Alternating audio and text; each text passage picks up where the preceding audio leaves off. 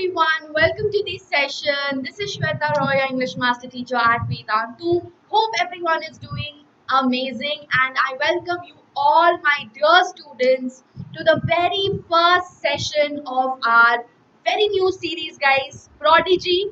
So, this is the first session is going to be for ICC students, and we are going to take up the beautiful poem, The Heart of the Tree. And amidst this crisis, this pandemic, I think this is a poem which we all need, right? Because it talks about planting trees. So, trees do give us oxygen and a lot of other things as well. So the problem that we are actually going through now, it is definitely the need of the hour to plant trees. It's the need of the hour to prepare for afforestation, right? So this is something which is not just important for the exam point of view. This is very important from the point of view of our life, of our very survival, right? So this is a poem, guys, which we all need, right? So today we will be doing the introduction plus analysis of the entire poem. All right, guys. So let's begin with our beautiful and a very relevant poem in today's context, The Heart of the Tree. All right, so this is from your treasure trove, you all know, and it is The Heart of the Tree. Okay, all right. So let's begin with. Okay, so before we begin with the poem, I want to enhance your vocabulary also. So every day we will do an exercise. We will have word of the day. So today's word of the day is antiquity, which means ancient times. I'm sure most of you must be knowing already. Now, for those of you who do not know, please do have this word in your vocabulary, okay, in your stock. And antiquity means ancient times, especially those before the Middle Ages. So more, I mean ancient, very ancient. Okay. For example, let me make a sentence out of this word.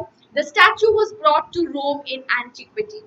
Okay, guys. So your task is to find out another word of the day. Please post your words in the comment section and we would be taking your word for the next session. Okay. So please post the word, meaning, and also make a sentence out of it, and please let us know in the comment section. All right, so we would be posting whatever, we would be selecting a word from the comment section, posted by you people, and along with the meaning and also the sentence. Okay, bacha buddy? So please do that. Now let us proceed with the beautiful poem with an amazing and interesting fact. So did you know, guys, about the Chipko movement? I'm sure you must have heard about the Chipko movement, yes? Now, this was started by someone called Sundarlal Bahuguna. Okay, now Sundarlal Bahuguna started the Chipko movement, and this was actually first initiated by Amrita Devi while protesting against a king's men to cut the tree. So what did they do is Chipko, the name itself suggests chipak jao, right? So stick to it. So what they did is they hugged the trees to protect the trees from being felled. So the king's men came to cut the trees, right? But these people, what did they do in order to protect the trees? They uh, this is how they protected the trees by hugging the trees, right? So that is how the name came to be known as the Chipko movement. Okay, it was first initiated by Amrita Devi, and this Chipko movement was started by Sundarlal Bahuguna. So this is definitely talking about the importance of trees. So they definitely understood the importance of trees and importance of planting trees and saving them, right? The CBSE students also have one such poem talking about the importance of trees. That is by Jeev Patel. The poem is by Jeev Patel. That is on killing a tree. Okay, that's also a beautiful poem. So if you want to cross refer, guys, you can definitely cross refer to another poem called On Killing a Tree by Jeev Patel. Okay, this is there in the CBSE syllabus. Okay, so please go through that poem. It's a beautiful poem, and it's going to really, make you aware of certain points, right? So please do go through this poem. You can cross refer. It would be easier for you. Okay. Now, talking about the poet of this particular poem, this poem is written by Henry Kyler Bunner in 1885. So this is the timeline for this poet who was an American poet, novelist, and journalist, and he's famous for his Tower of Babel. He's praised for his playfulness, smoothness of finish. We will see very soon in this poem also his style of writing. His verse and fiction primarily depict the scenes and people of New York City. Okay, and his works often influenced by Guy D. Maupassant. I'm sure you people know Guy D. Maupassant. He's also a very famous author, right? So his work is often influenced by this particular author called Guy D. Maupassant. Okay, guys. So now we will be gradually moving ahead with the poem, and I will be explaining the poem line by line to you people, along with the poetic devices and the vocabulary. So please stay tuned throughout the end. Okay. So before starting with the poem, let us all pledge together that we are going to plant trees, we are going to save trees, we are going to save Mother Earth, we are going to save our future, present as well as future. So please do write in the chat box, guys. Write in the chat box along with me. Go green. Write in the chat box. Go green. Go green is planting trees, right? So go green. Plant trees. Plant more trees. Okay, you can also say save Mother Earth, right? And also you could hashtag yourself as Mira pen. I think I should take a different color, right? It's not visible. Okay, guys, you should call yourself nature lovers.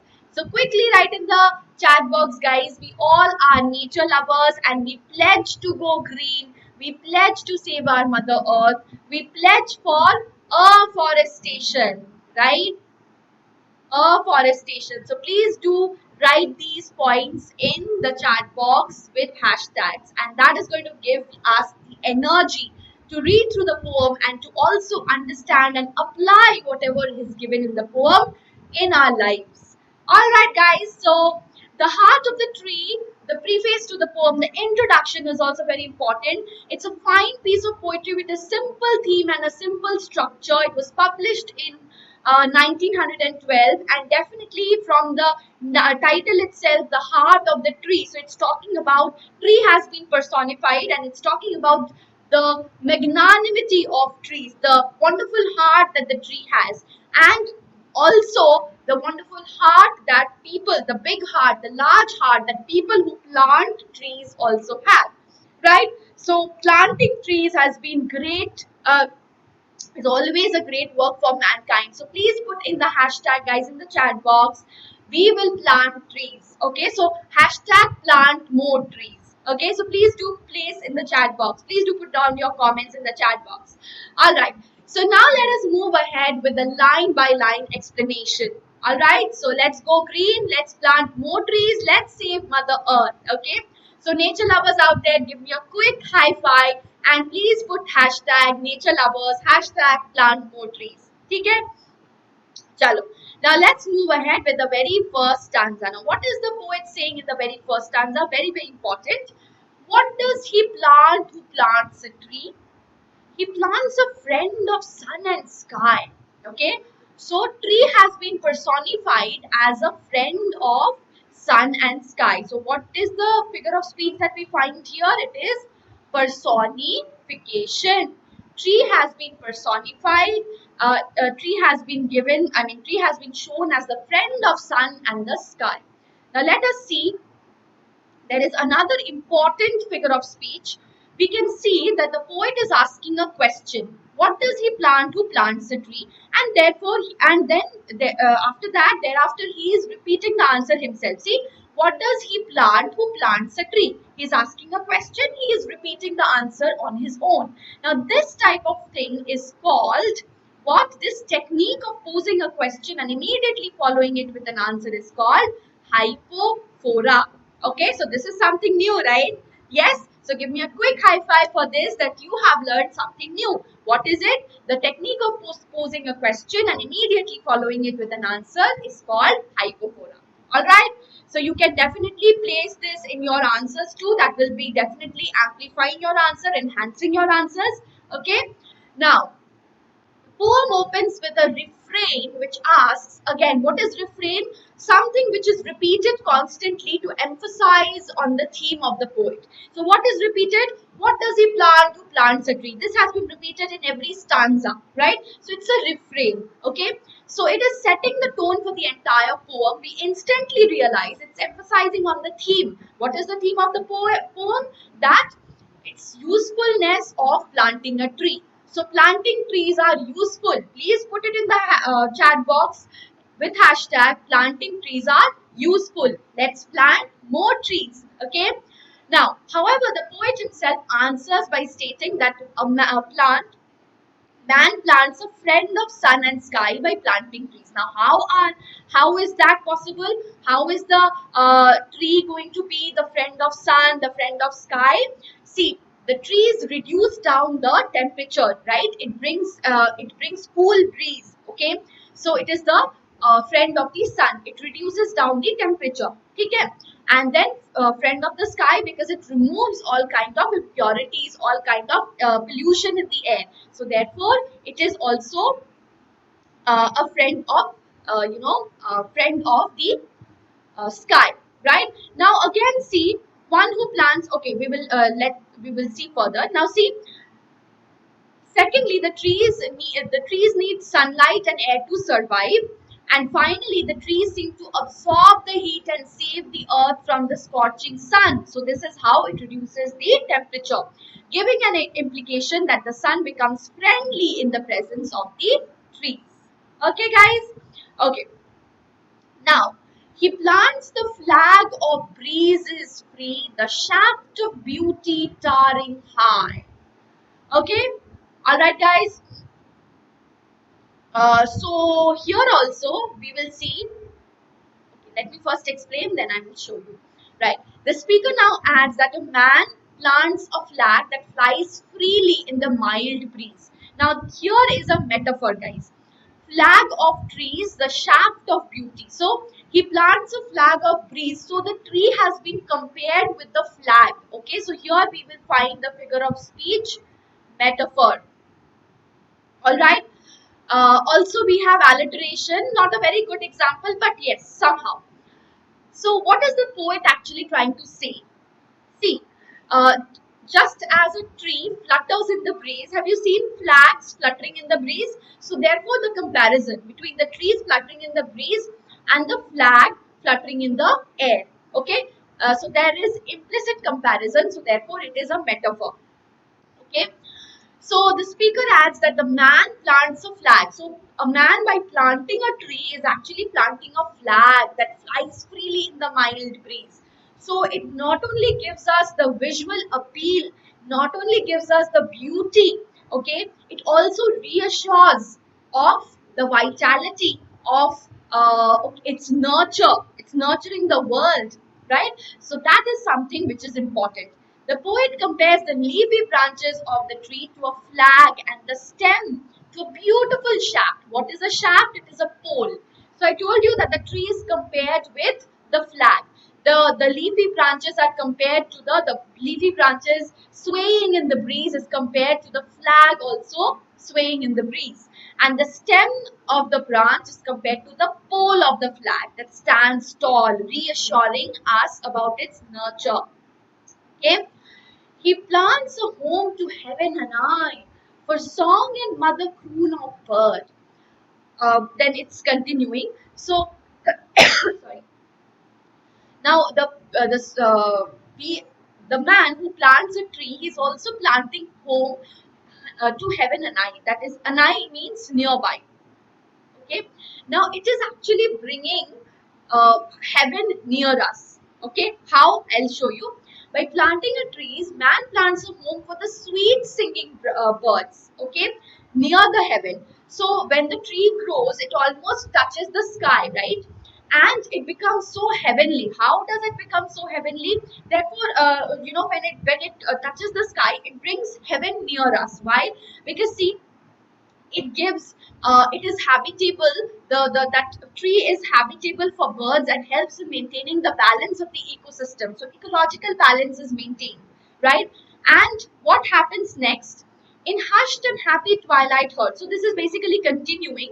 For song and mother croon of bird, in hushed and happy twilight heard, the treble of heaven's harmony. So here you can see hushed, happy, heaven, harmony. We have a very good example of alliteration here, right? Now what is treble? Treble is high pitched sound, okay? So high pitched sound, right? That is treble. Now these things he plants who plants a tree. Now what does this mean? In the quiet and happy twilight. Okay, now here there is another important figure of speech. Happy twilight. Okay, this is transferred epithet. Okay, please note this is transferred epithet. Okay, epithet, sorry. Now, what is transferred epithet? Happy twilight. Now, twilight cannot be happy, right? So, there is this happy, which is the adjective or epithet, has been transformed to twilight. Okay, guys. So, this is an example of transferred epithet. The man is happy, the person is happy, we are happy, but here the twilight, the epithet happy or the adjective happy has been attributed to or transferred to rather twilight. Okay, so that is transferred epithet. Now, what is the poet saying? In quiet and happy twilight, we can see. Now, what is twilight? The time period between afternoon and evening. That is the time period. Okay, so we can hear those birds chirping, which is harmonious to heaven's own tune. So the mother bird, when it sings to the young ones, okay, they create a beautiful sound which is so melodious that it is harmonious to heaven's own tune, and therefore it brings heaven near us, right? So see, it's talking about the holistic beauty of nature, which is maintained by trees, right? And who is planting those trees? Of course, we human beings, right? So words like heaven and I, heaven's harmony, towering high, is giving an impression that the work of planting trees indeed a heavenly and a glorious deed. And who should do that deed? It is us. So the man who would be doing this deed would also be glorified, right? So the poet is glorifying the man who does this heavenly work of planting a tree. Okay, so let's move forward. Um, Now we have a question for you guys. Before we proceed to the next stanza, let us answer one question. Which literary device has been used in the line in hushed and happy twilight heard? Okay, actually there are two literary devices, so you can first tell me the very prominent one. Very prominent one, guys. Simile, alliteration, personification, or transferred epithet. Very prominent one. Please do let me know. Okay, let me tell you the answer, guys. I hope you have given the answers in the chat box. Quickly give me the answer, guys, in the chat box. It is alliteration, definitely hushed and happy. But again, happy twilight, we find transferred epithet. So those of you who have given alliteration, they are also correct. Transferred epithet is also correct. I told you happy twilight is an example of transfer epithet. But alliteration is more prominent. See, hushed, happy, and heard. Okay, so both are correct. Moving ahead. Okay, so before we proceed further, I hope you people are enjoying the classes, and if you want to enroll to our platform, guys, and gain 100% knowledge and 100% marks, you would have unlimited live classes. You do not have to wait for Menti quiz questions, okay? And now, and also you could get quiz questions in every session. You could compete with the students throughout the world. Even the replays are going to be so very interactive. You would have live quiz questions even in the replays. You have the leaderboard even in the replays. You could download the content with handwritten notes of the master teachers as well. At the end of the session, you would get assignments solving which you would understand whether you have understood the session, and also quality tests we do take. We also have micro courses and free crash courses, that too in less price. So the link is there in the description box and pinned comment. You just need to visit the link and use the coupon code. Now you have three types of plans: Steep, Light, Classic and Plus, and these are the price details, guys. Okay, you can take any of the plan, whatever suits you. Now there is a special feature for Classic. What is the special feature for Classic? This one. Okay, doubt solving on mobile app. That is the special feature for Classic. For Plus, you have personal mentor. Okay, you can avail the course for 1 month also. Okay, each of these course for even a month. All right, guys. You can see 1 month also you can avail, right? Okay, so I also already told you that personal mentor you will have in the Plus course. You can avail this for 1 month as well. All right, guys, so do apply the coupon code, right? Don't forget to apply the coupon code, and buying the complete course would give you this price. It would actually um, have this price. You can also try this for a month. All right, guys, so you do not have to pay all of this, right? Apply the coupon code, get unlimited micro courses. And now talking about the batch courses, guys, batch starting dates. These are the batch starting dates. Please take a note of that. Now continuing, what does he plant who plants a tree? He plants cool shade and tender ray. Now plants P is also repeated, so you can also call it alliteration over here. Okay? Now, so the poet repeats the question again in a new stanza, and again he attempts to answer that. So I told you already, hypophora, right? The tree he plants provides us with cool shade and helps in bringing rain, right? And seed and bud of days to be, and years that fade and flush again. Okay, now this is something which is important. So, what is the now this line, fade and flush again, years that fade and flush again? This line is very important because this comes a lot in your papers, right? Now, a tree will produce a seed and bud in the future. Okay, so see over here, seed and buds of days to be. Days to be is future. Okay, and years will pass silently, but the trees will remain there through its seeds, producing new trees. Okay, so the last line, years that fade and flush again. So see, just as years, 1 year ends and the new year begins, right?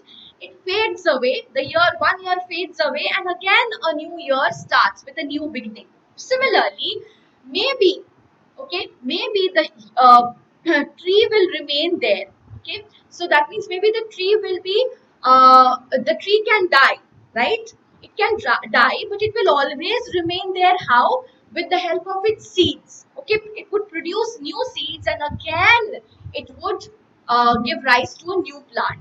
So yes, just as a new year, just as an old year passes, giving rise to, giving, making room for a new one, similarly the old tree might die, might fade away, but it, with the help of its seeds, it would definitely give rise to new plants, new trees. So it always remains there. So that is the advantage. He plants the glory of the plain, he plants the forest's heritage. So trees are the main elements that makes a plain area green and beautiful. So the trees are called the glory of the plain. It makes the plain glorious. Okay, makes the plain look so beautiful. The tree, yes, it's described as the glory of the plain. And today's tree, single tree, may later on turn into forest someday, right? So those who are planting trees, they are visionaries, okay, because they could see the future.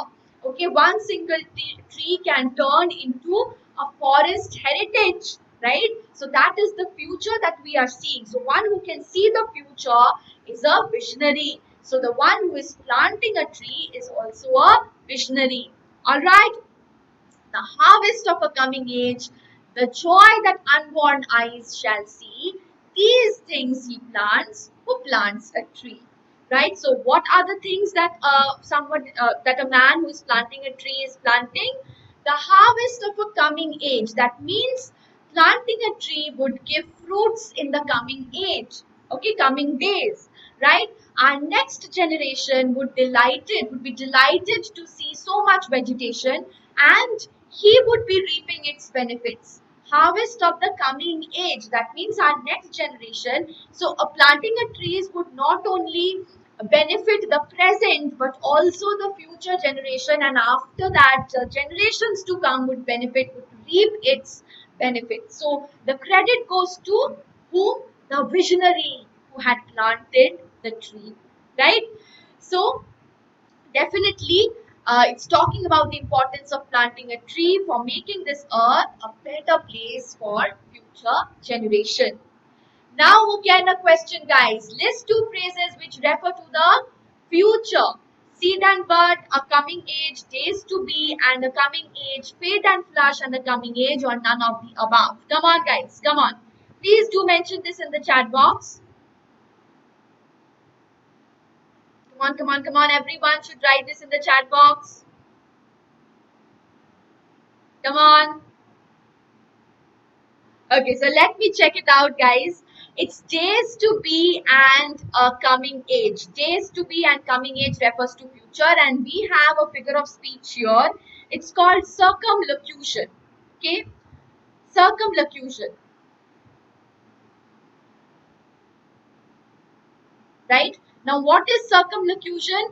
Please do find it out. I will be talking about this in the next session. That is in the one shot video. Okay, so this is your homework. Please find it out, the meaning of circumlocution. All right, guys. Okay, now moving ahead. What does he plant? Who plants a tree? He plants the sap and leaf and wood in love of home and loyalty and far cast thought of civic good, his blessings on the neighborhood. How beautiful. So, what else does he plant? By planting a tree, he is showing his love and loyalty to his earth.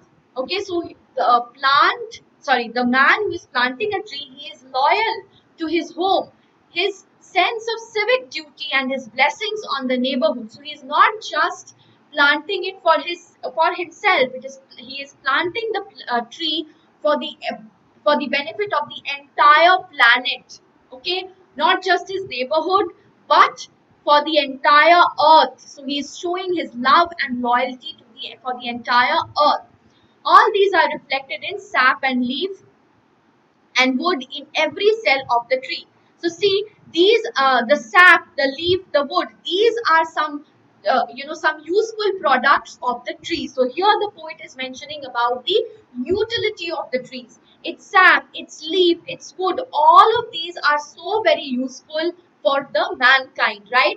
So whoever is planting the tree, he is taking care of all of this. Who in the hollow of his hand holds the growth of all our land, a nation's growth from sea to sea, stirs in his heart who plants a tree. So this is the most important line. This is the most important stanza of the entire poem. Okay, so what is he doing? He is taking in the hollow of his hand. This is the hollow of his hand. Okay, he's taking in the hollow of his hand what? The growth of our land, a nation's growth. So he's not just focusing on his own growth or his personal growth. He is actually focusing on the entire nation's growth. Okay, the entire planet's growth, right? Which stirs from sea to sea. That means without any geographic restriction of the geographical boundaries, he is thinking about the welfare of the entire humanity, the entire planet Earth. And that love stirs in his heart, in the heart of the man who is planting a tree. So by planting a tree, the man contributes to the nation's growth, right? So, when a tree is planted, it sets in motion the progress of nation from sea to sea. That means it's not restricted by any geographical or political boundaries. Okay, it is universal. The benefit, the growth, okay, is universal. It's for the entire planet Earth. Okay, so definitely it starts from the progressive thought in the man's heart who plants a tree. So in this poem, the poet is not just talking about the benefit of trees, but also glorifying the person of the man. Sorry, the he's also glorifying the person or the heart of the man who is planting a tree. So definitely the title is Heart of the Tree, but simultaneously we are putting the man who is planting a tree and on the pedestal, and he is also glorified.